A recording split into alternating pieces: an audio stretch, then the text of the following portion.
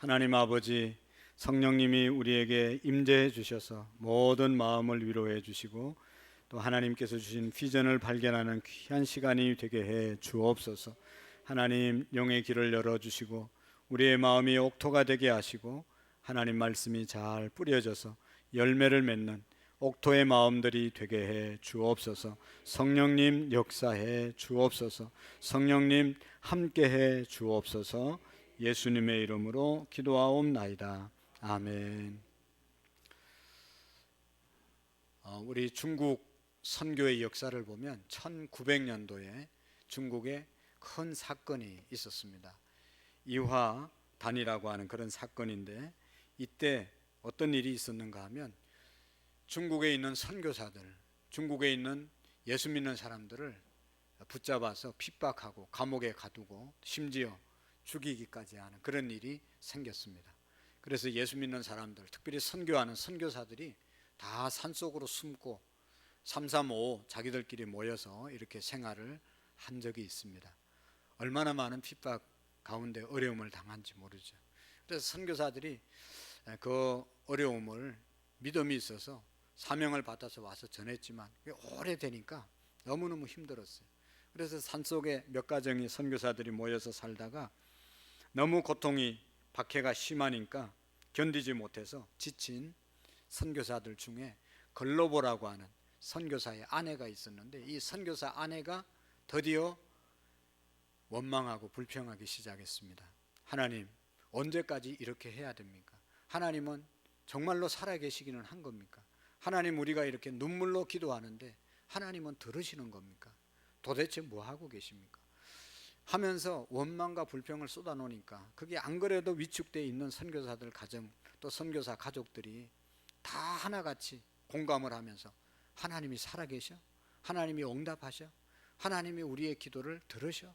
하면서 다 하나같이 원망과 불평이 쏟아져 나왔습니다.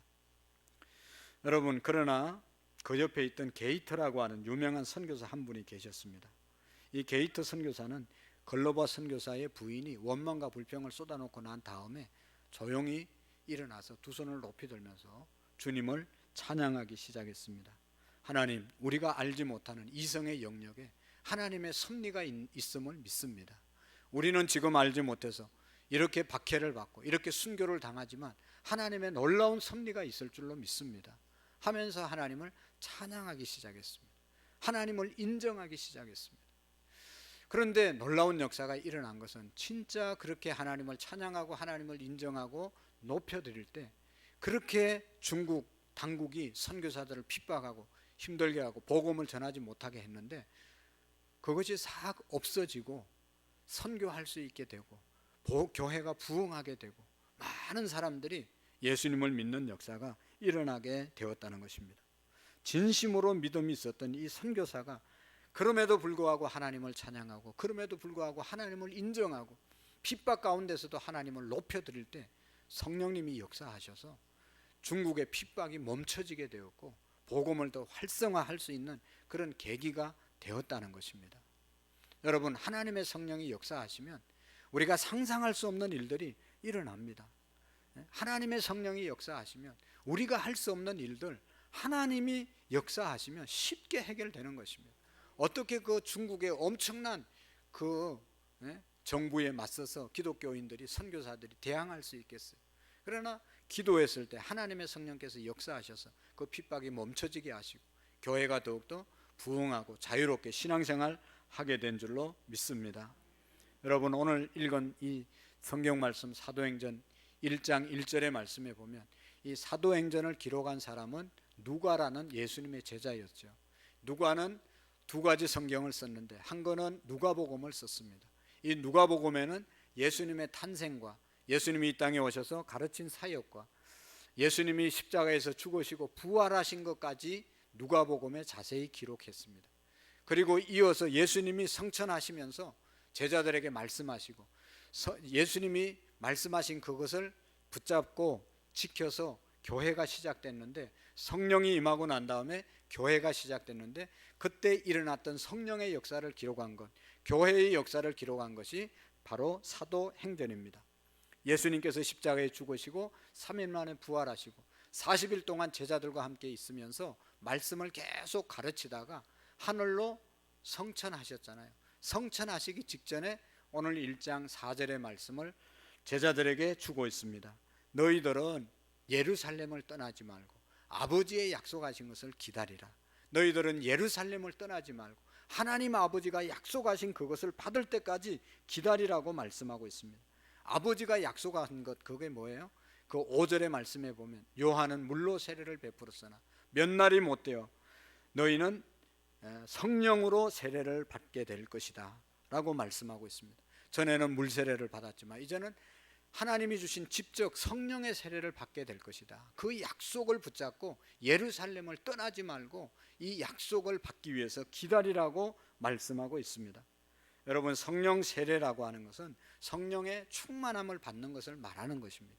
성령이라는 것은 성부 하나님, 성자 예수님, 성령 하나님, 삼위일체 중에 한 분이신 하나님이 곧 성령이시고, 예수님이 가시고 난 다음에 예수님 대신 보내주신 영, 예수 그리스도의 영, 그리고 하나님이 보내주신 영, 그분이 바로 성령님이십니다. 성령님이 우리에게 임하실 것을 기대하고 기다리라고 말씀하고 있습니다. 사랑하는 성도 여러분, 우리 그리스도인들은 이 성령의 충만함을 받아야 이 세상을 변화시키고 이 세상에서 믿음의 삶을 살아가는 하나님의 사람으로 쓰임받을 수가 있습니다. 성령의 충만함을 받으면 하나님의 거룩한 꿈을 우리가 발견하게 되고, 우리를 향한 하나님의 거룩한 꿈을 발견하게 되고, 그 꿈에 사로잡혀서 사명을 감당하고 사명으로 사는 사람이 되는 사람이 성령 충만한 사람들입니다. 여러분, 진짜 예수님을 믿고 성령 받은 사람들은 그냥 세상을 의미 없이 살아가지 않습니다. 하나님이 우리를 이 땅에 보내신 뜻이 있다, 계획이 있다, 그 섭리가 있음을 깨닫고 그 하나님의 뜻을 이루어 드리기 위해서 그 뜻에 사로잡혀서 사명을 감당하면서 살아가는 사람들이 바로 그리스도인들인 것입니다. 그래서 성령에 충만하면 하나님이 주신 거룩한 꿈을 꾸게 되고 그 꿈을 이루기 위해서 열심히 믿음으로 전진하는 삶을 살아가는 사람들이 성령 충만한 사람들의 삶인 줄로 믿습니다. 사랑하는 성도 여러분, 내 삶의 문제와 어려움과 고통을 바라보지 말고 성령 충만하게 되면 내 어려움과 내 형편의 고통, 그거를 바라보는 것이 아니라 하나님이 주신 꿈을 바라보면서 그 꿈을 이루기 위해서 내 지금 현재의 고통과 어려운 문제는 극복하고 나아가는 사람들이 그리스도인임을 믿으시기를 바랍니다. 그래서 주님께서 우리에게 분부하셨습니다. 성령 충만함을 받으라. 오늘 예배 부름에서도 술 취하지 말고, 제발 술 취하지 말고, 그러면 타락할 수밖에 없다고 그러잖아요. 술 취한 사람, 이는 방탕한 것이니 오직 성령으로 충만함을 받으라. 방탕한 생활 하려고 술 취하지 말고 성령의 충만함을 받고 하나님이 주시는 거룩한 꿈을 꾸고 그 꿈을 이루기 위해서 사명으로 살아가는, 사명을 감당하는 삶을 살 것을 말씀하고 있습니다. 그래서 성령 충만함은 우리가 받아도 되고 안 받아도 되는 것이 아니라 그리스도인이 되면 반드시 받아야 될 필수 과목과 같은 것이 바로 성령 충만함임을 믿으시기를 바랍니다. 그래서 성령 충만함을 받아야 됩니다. 오늘 성경에 보면 하나님, 예수님께서 그렇게 성령 충만함을 받으라고 말씀하시고 가고 난 다음에 제자들이 성령 충만함을 실질적으로 받습니다. 어떻게 해서 성령 충만함을 받고, 성령 충만함을 받고 난 다음에 제자들의 모습이 어떤 삶을 살아가는지에 대해서 오늘 성경에 잘 말씀해 주고 있어요. 여러분, 성령 충만함을 받기 위해서는 그냥 가만히 있으면 성령 충만함이 임하는 것이 아닙니다. 성령 충만함은 그저 주어지게 되는 것이 아닙니다. 성령 충만할 때까지 하나님의 때를 기다릴 수 있어야 합니다. 기다림이 있어야 하나님의 성령의 충만함을 입을 수가 있습니다. 오늘 4절에 보면 사도와 함께 모이사 그들에게 분부하여 이르시되 너희들은 예루살렘을 떠나지 말고 아버지의 약속하신 것을 어떻게 하라고요? 기다리라. 기다리라. 기다리는 자에게 성령의 충만함이 임하게 되는 것입니다. 예루살렘을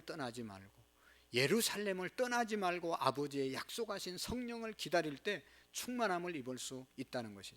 예루살렘은 어떤 곳입니까? 예루살렘은 이스라엘의 수도인 것은 우리가 알 수 있습니다. 예수님이 그 예루살렘에서 붙잡혔어요. 예루살렘에 있는 공회원들에게 불법 재판을 받고 십자가에 못 박혀 죽은 곳이 바로 이 예루살렘이에요. 그러니까 예수님을 따르던 제자들은 예루살렘에 있다가는 자기 스승처럼 예수님처럼 붙잡혀서 어떻게 될지 몰라요. 그러니까 예수님이 이제 십자가에 죽으시고 성천하시고 나면 다 예루살렘을 떠나려고 마음에 보따리를 다 싸고 있었어요. 예수님이 그것을 아셨죠. 왜 그렇지 않겠어요? 자기 스승도 십자가에 못 박아 죽였는데 예수님의 제자들 잡아서 죽이는 건 무슨 문제가 되겠어요? 그러니까 핍박받지 않기 위해서 예루살렘 떠나려고 보따리 다 싸고 준비하고 있었단 말이죠. 그래서 문 걸어 잠그고 두려워서 떨고 방 안에 들어 앉아 있었을 때가 있었습니다. 예수님께서 그 사실을 다 알고 예루살렘 떠나지 말고 성전 떠나지 말고 핍박받는 그곳 떠나지 말고 아버지의 약속하신 거 꼭 붙잡고 기도할 때 성령이 임하심을 믿으시기를 바랍니다. 사랑하는 성도 여러분, 우리도 신앙생활을 하다 보면 때때로 힘들고 어려울 때가 있지 않습니까? 공연히 핍박을 받고 어려움을 당할 때가 있습니다. 예수님 믿는다고 만사가 형통하고 날마다 기쁨과 감사가 넘치는 삶만 일어나는 것이 아니잖아요. 정말로 힘들 때도 있고 어려울 때도 있고 이렇게 계속 예수님을 믿어야 된다 고민하고 갈등할 때가 얼마나 많이 있습니까? 그러나 여러분, 그것을 우리가 잘 참고 기다려야 된다는 것이죠. 여러분, 언제 신앙의 상처를 입고 언제 갈등을 입고 언제가 신앙생활하면서 제일 힘듭니까? 뭐 때문에 힘듭니까? 여러 가지 이유가 있지만 사람들 때문에, 사람의 상처를 받을 때 가장 마음이 아프잖아요. 그래서 신앙생활 하다 보면 사람들에게 상처를 본의 아니게 받잖아요. 상처받았다고 떠나지 말라는 것이죠. 상처받아서 떠나서 다른 교회 혹 가더라도 거기 가도 또 더 큰 사람이 기다리고 있어요. 여기서 피하면 저리 가면, 요 셀에서 옮겨서 저 셀로 가면 그쪽 셀은 더 큰 사람 기다리고 있다니까. 그러니까 떠나면 안 됩니다. 나를 힘들게 하고 내가 지금 괴롭다고 그 자리 떠나면 더 큰 어려움이 올 수 있어요. 기도하면서 기다려야, 극복해야 우리의 믿음이 성장하는 것입니다. 한 단계 더 성장할 수 있는 것이죠. 여러분, 우리가 믿음의 자리를 잘 지킬 때 우리의 믿음이 자라나고 하나님의 축복을 받고 성령의 충만함을 받는 것이지, 어렵고 힘들다고 그 자리 떠나면, 예루살렘 떠나면 성령의 충만함을 입을 수가 없습니다. 여러분, 우리 같이 신앙생활 하는 거 보잖아요. 신앙생활 하다가 좀 어렵다고 그만두고, 어렵다고 또 쉬고, 어렵다고 뭐 변덕 부리고 그러면요, 그 사람은 성령 충만한 생활을 하기가 힘든 거예요. 기도하면서 그 어려움을 견디고 그 어려움 가운데 극복하면 더 우리의 신앙이 성장하고 더 하나님이 예비하신 축복을 누리는 역사가 있게 되는 것입니다. 여러분, 저와 여러분 한 사람 한 사람을 통해서 하나님께서는 계획이 있고 뜻이 있고 섭리가 있습니다. 공연히 우리를 이 땅에 보내시고 그냥 아무 의미 없이 우리 교회에 불러 모아 주신 것이 아니에요. 이 교회에서 할 일이 있기 때문에 저와 여러분들을 하나님의 자녀로, 천국의 백성으로, 이 교회의 성도로 또 직분자로 세워주신 줄로 믿습니다. 우리가 기도하면서 철저하게 준비하며 믿음으로 전진해 나갈 때 이런 사명을 이루어가고 또 이 사명을 이루어갈 때 하나님의 놀라운 축복이 우리에게 임하게 될 줄로 믿습니다. 사람들은 여러분 기다리지 못해서 얼마나 많은 일들을 거르칠 때가 많은지 몰라요. 조금만 참으면 가정이 좋아질 텐데, 조금만 참으면 사업이 일어날 텐데, 조금만 참으면 내 믿음이 더 성장할 텐데, 그 조금을 못 참아서 넘어지고 낭망하는 경우가 얼마나 많은지 모릅니다. 믿음이라고 하는 것은, 믿음이 생기기 위해서는, 믿음의 역사를 보려면요, 기도하면서 기다려야 되는 것입니다. 인내가 믿음과 상통하는 것입니다. 믿음이 있으면 인내하게 되고, 인내하면 믿음이 생기는 것입니다. 믿음이 있다고 하면서 인내하지 못하는 진짜 믿음이 아닌 것이죠. 하나님을 믿는데 왜 못 인내합니까? 못 참습니까? 정말로 하나님께서 좋은 일을 이루어 주실 줄로 믿으면 기다리게 되고, 기다리면 하나님이 믿음을 주시고, 그래서 믿음의 역사가 일어나게 되는 것입니다. 아버지의 약속하신 것을 기다리라. 예수님이 성천하시고 바로 성령이 임한 것이 아닙니다. 예수님 성천하시고 난 다음에 제자들이 모여서 약속 붙잡고 계속 오늘도 기도하고 내일도 기도하고 하루 기도하고 3일 4일 5일 열심히 기도하다 오순절날 되어서 이 예수님 성천하시고 약속 말씀 주시고 10일이 지나고 난 다음에 성령이 임하게 된 줄로 믿습니다. 열흘 동안 간절히 저들이 모여서 기도할 때 성령이 그 자리에 임하게 됐습니다. 오늘 14절 읽지는 않았지만 여자들과 예수의 어머니 마리아와 예수의 아우들과 더불어 마음을 같이하여 오로지 기도에 힘쓰니라. 성령 충만함을 받으려면 우리가 모여서 오로지 기도에 전념할 때 그리고 기다릴 때 성령의 충만함이 임하심을 믿으시기를 바랍니다. 분명히 예수님께서 약속하신 것을 주신다고 말씀하셨는데 기다릴 때 응답 받는 것입니다. 기다림이 있어야 됩니다.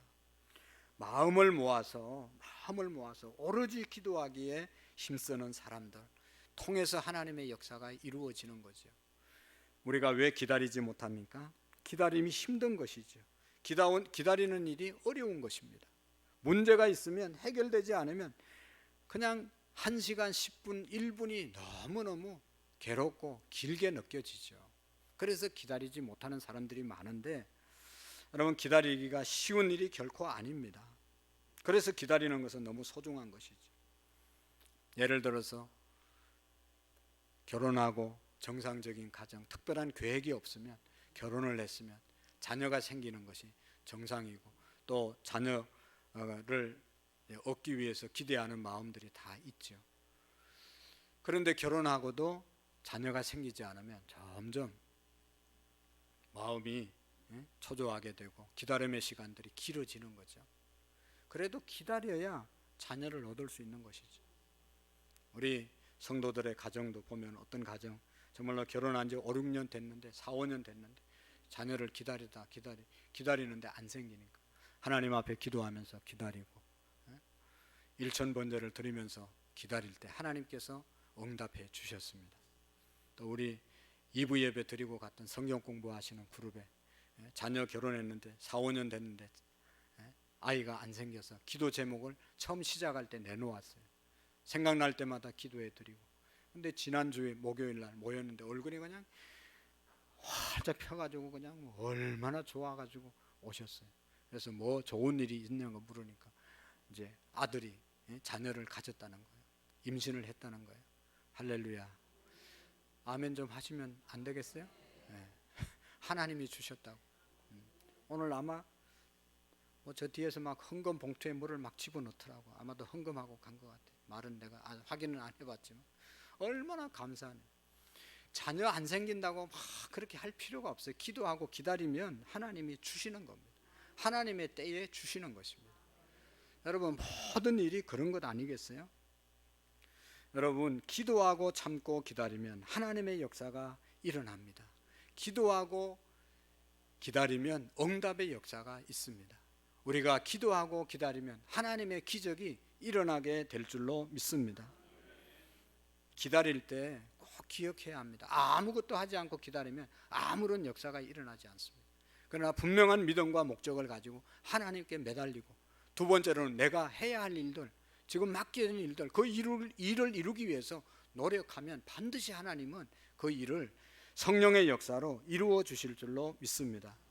여러분 학생은 공부를 열심히 하면서 기도하고 가정주부는 열심히 일하면서 기도하고 사업하시는 분은 열심히 사업을 하면서 기도하고 직장 다니시는 분은 열심히 직장에 가서 성실하게 일하면서 기도할 때 인정받는 것이고 사업이 잘 되는 것이지 가만히 기다리기만 세월만 가기를 기다리면 뭔 일이 일어나겠습니까? 기도하더라도 기다리더라도 최선을 다해서 내가 맡겨진 일을 감당하면서 기다리고 감당하면서 기도할 때 하나님의 축복이 임하게 될 줄로 믿습니다. 여러분 꼭 믿으시기를 바랍니다. 저와 여러분들이 더 크게 하나님께서 사용하실 때가 있음을 믿으시기를 바랍니다. 언젠가는 하나님의 때에 우리를 크게 사용하시는 그런 날이 분명히 있습니다. 이미도 하나님 앞에 귀하게 쓰임받는 분이 계시지만 하나님께서 우리를 부르실 때는 귀하게 사용하시려고 부르신 것이거든요.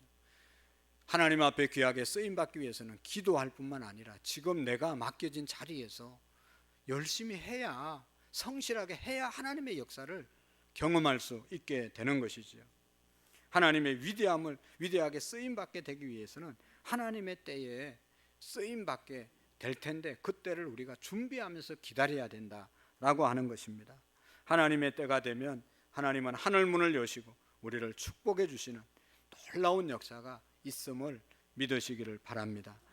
주님의 은혜가 임할 때까지 최선을 다해서 사는 삶, 이것이 너무너무 중요한 것이죠. 사랑하는 성도 여러분, 우리 모두가 기도하면서 성실하시고 기도하면서 부지런하시고 건면하시고 인내로 노력하는 사람에게는 하나님께서 성공이라고 하는 선물을 반드시 주실 줄로 믿습니다. 열심히 준비한 사람에게 하나님은 성공을 선물로 주시는 것입니다. 대학 가는 아이들이 놀면서 좋은 대학 가는 사람들 봤습니까? 얼마나 최선을 다해서 공부해야 자기가 원하는 학교 갈지 말지 하는데 놀면서 어떻게 좋은 학교 가겠다고 생각을 이루어질 수가 있겠습니까? 그래서 우리는 인내하면서 기도하며 노력하는 것이 우리 믿는 사람들이 주님 앞에서 갖추어야 될 기본 자세라는 것을 잊어서는 안 됩니다. 히브리서 10장 36절의 말씀에 보시면 너희에게 인내가 필요하면 너희가 하나님의 뜻을 행한 후에 약속하신 것을 받기 위함이다. 하나님이 우리에게 다, 하나님의 자녀들에게 다 복을 주시기를 원하시는데 그 복을 누가 누리냐? 기도하고 기다리는 자, 인내하는 자에게 하나님이 주심을 믿으시기를 바랍니다.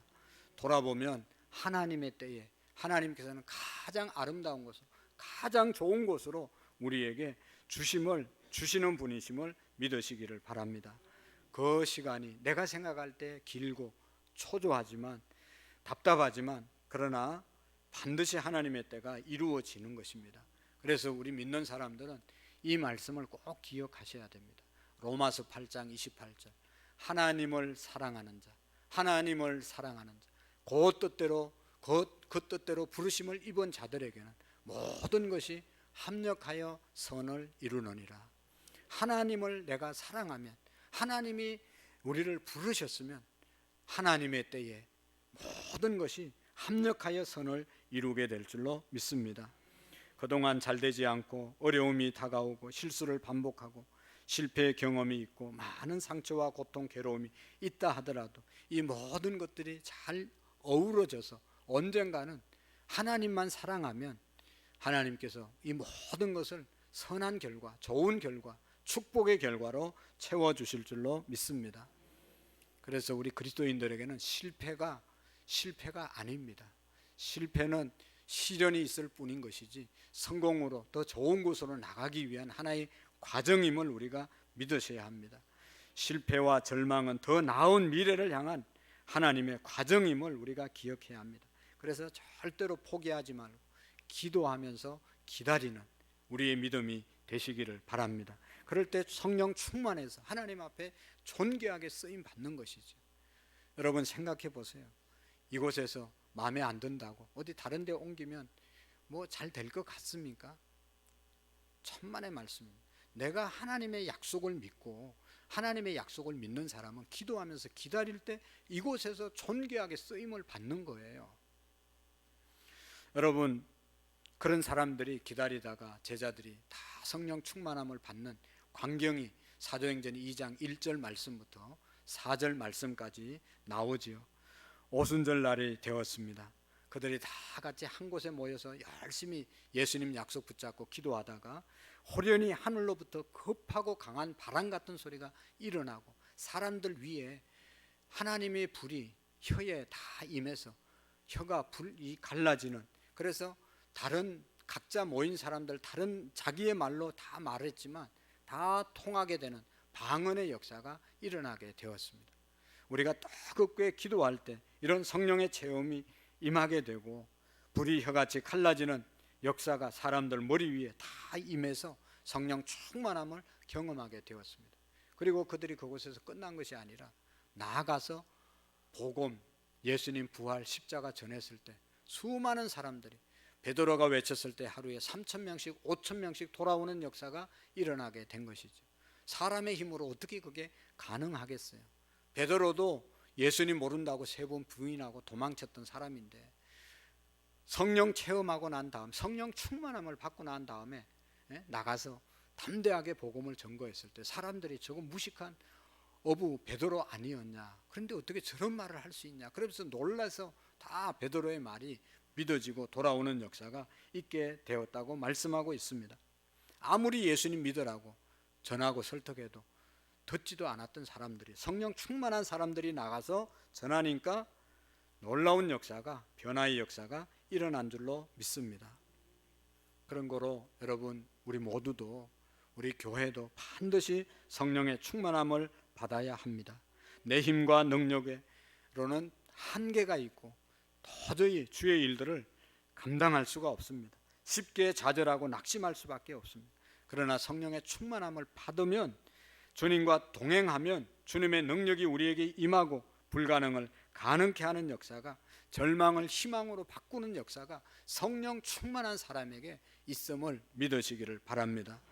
오직 성령이 너희에게 임하면 너희가 권능을 받고 예루살렘과 온 유대와 사마리아와 땅끝까지 이르러 내 증인이 될 것이라고 말씀하고 있지 않습니까? 성령이 임하면 권능이 임한다고 하는데, 여기에 권능은 두나미스라고 하는 헬라어로 되어 있는, 두나미스는 다이나마이트라는 그런 말입니다. 다이나마이트가 뭐예요? 그냥 엄청난 파괴력이 있는 것이 다이나마이트죠. 성령이 임하시면 놀라운 능력이 우리의 마음 가운데 임하게 된다는 것이죠. 그래서 우리의 삶이 놀라운 영향력을 끼치게 된다는 말씀인 것입니다. 그래서 사도 베드로는 권능, 성령 충만함을 받고 권능이 임해서 나가서 복음을 전가하는 사도로 쓰임 받았잖아요. 사도 바울도 예수님 핍박하던 사람이 성령 충만함 받고 권능을 받고 나가서 복음을 전가하는 사도로 쓰임 받았습니다. 우리나라에 뭐 김익두 목사님, 무슨 뭐 최봉성 목사님, 많은 깡패 같은 사람들이 예수님 믿고 변화되어서 복음 전가하는 목사로 한때 쓰임을 받았던 분들이 얼마나 많이 있습니까? 때문에 오늘 우리 교회가, 오늘 저와 여러분들이, 우리의 가정들이 반드시 성령의 충만함을 날마다 간구하고 성령 충만함이 임할 때까지 우리가 기다리는 믿음으로 성령 충만한 사람들이 되어질 수 있기를 축복합니다. 성령 충만함 받으라는 말은 아무리 강조해도 잘못된 것이 아닙니다. 예수님 믿는 사람, 제대로 믿으려면 성령 충만해야 된다니까요. 여러분, 우리 수능 시험을 보는데 선택 과목이 있고 필수 과목이 있습니다. 선택 과목은 자기가 싫어하고 자기가 재주가 없으면 안 해도 되는 것이 선택 과목이죠. 그러나 영수고, 이것은 필수 과목입니다. 좋은 대학 가려면 이 성적을 제대로 받아야 자기가 원하는 학교에 지원할 수가 있는 것이죠. 그리스도인으로서 그리스도인의 삶을 살기 위해서는 성령 충만함이 필수라는 것을 우리가 잊어서는 안 됩니다. 그래서 성령 충만함을 날마다 사모함으로 간구해야 되고요, 기도할 때마다 성령 충만함을 간구해야 되고, 성령 충만함은 이례적으로 끝나는 것이 아닙니다. 한번 내가 성령 충만함을 경험하고 능력 있는 삶을 한번 살았다고 해서 끝나는 것이 아니라 계속 성령의 충만함은 사모해야 되고 성령 충만함을 누리면서 사셔야 되는 것이죠. 코로나 이전에 우리 한국 교회가 불같이 부흥이 일어날 때가 있었습니다. 우리 교회도 불같은 역사가 일어날 때가 있었습니다. 그때를 우리가 추억으로 생각하고 신앙생활하면 안 되는 거죠. 지금도 그런 역사가 어제나 오늘이나 영원토록 동일하신 하나님의 역사, 그 하나님이, 옛날 하나님이 지금도 그 하나님을 우리가 믿고 있잖아요. 지금 하나님을 우리가 성령 충만함을 받아서 전하는 삶을 사셔야 된다는 것이죠. 이례적으로 끝나서는 안 되는 겁니다. 여러분, 자동차에 기름을 한 번 넣었다고 그게 한 달이 갑니까? 2달이 갑니까? 뭐 많이 타는 사람은 며칠 되면 기름 다 떨어지는 거예요. 다시 또 연료 주입해야 되는 겁니다. 여러분, 아무리 내가 능력이 있고 옛날에 성령 충만한 삶을 살았다 하더라도 세상 험한 세파 속에 살다 보면 상처받고 여러 가지로 우리의 신앙이 또 이제 점점 약해지는 겁니다. 다시 모여서 한 마음으로 기도하고 하나님의 은혜를 공급받고 성령 충만함을 입어야 다시 능력 있는 그리스도인의 삶을 살아가게 될 줄로 믿습니다. 술 취하지 말고 오직 성령의 충만함을 받으라고 말씀하고 있습니다. 여러분, 우리가 성령 충만하지 않으면 세상에 나가서 방황하고 사소한 일에도 낙심당하고 상처받고 갈등하고 죄에 넘어지고 실수하고 실패하지만 성령 충만하면 이 모든 것을 우리가 능히 극복하고 승리하게 될 줄로 믿습니다. 사랑하는 성도 여러분, 교회의 출발은 이 성령 받은 사람들이 나가서 복음을 전가함으로 시작된 곳이 바로 교회입니다. 오늘 우리가 교회다운 교회가 되기 위해서는, 교회는 성도들 한 분 한 분들이 교회라고 지난 금요일 날 말씀을 드렸죠. 이 교회는 건물, 이 건물이 지어지기 위해서 벽돌 한 장 한 장이 포개져서 이 건물을 만든 것처럼 성도들 한 분 한 분들의 영혼들이 모여서 안산 구로문 교회가 된 것입니다. 우리 한 분 한 분들이 성령 충만할 때 우리 교회가 성령 충만한 교회 되어서 주님이 주신 비전과 사명을 이루어가는 좋은 교회가 되어질 줄로 믿습니다. 하나님은 사랑의 하나님이십니다. 예수님은 사랑의 주님이십니다. 성령님은 우리를 위로하시는 성령님이십니다. 우리가 믿는 하나님이 얼마나 귀하고 좋으신 하나님이십니까? 그 하나님 우리가 믿고 그 하나님을 전가하는 우리 교회가 되어야 되지 않겠습니까? 하나님만 좋으신 뿐만 아니라 우리 모든 성도들 한 분 한 분들을 보실 때 진짜 훌륭하고 귀한 성도들만 모였어요. 너무너무 귀한 분들입니다.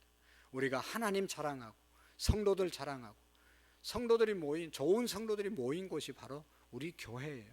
우리 교회는 좋은 교회입니다.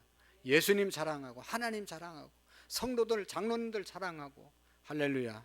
그래서 우리가 정말로 성령 충만한 자로서 예수님, 하나님, 교회, 성도들 자랑하는 우리의 믿음이 될 수 있기를 축복합니다. 지난 부활주일 4월 달에 우리가 부활주일을 지키면서 부활의 소식을 전해서 아직도 부활의 소식을 알지 못하고 살아가는 자들에게 전도하자고 해서 많은 분들이 정성껏 섬겨서 인도했습니다.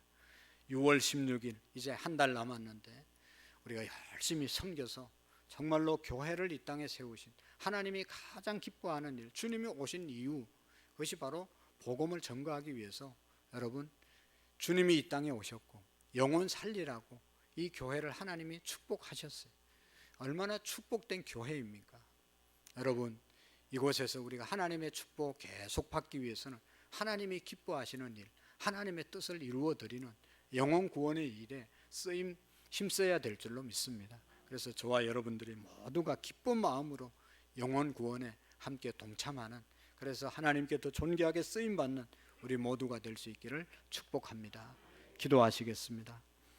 좋으신 하나님 아버지, 성령이 너희에게 임하시면 너희가 권능을 받고 예루살렘과 온 유대와 사마리아와 땅끝까지 이르러 예수님 정인으로 산다고 하셨사오니 하나님 우리 모두에게 성령 충만함을 허락해 주시고 성령 충만함을 사모하게 하시고 성령 충만함을 위해서 기도하는 우리의 믿음이 되게 해 주옵소서. 그래서 정인의 삶을 살아가는 우리 교회 되게 해 주옵소서. 하나님을 기쁘시게 하는 교회가 되게 해 주옵소서. 예수님 이름으로 기도하옵나이다. 아멘.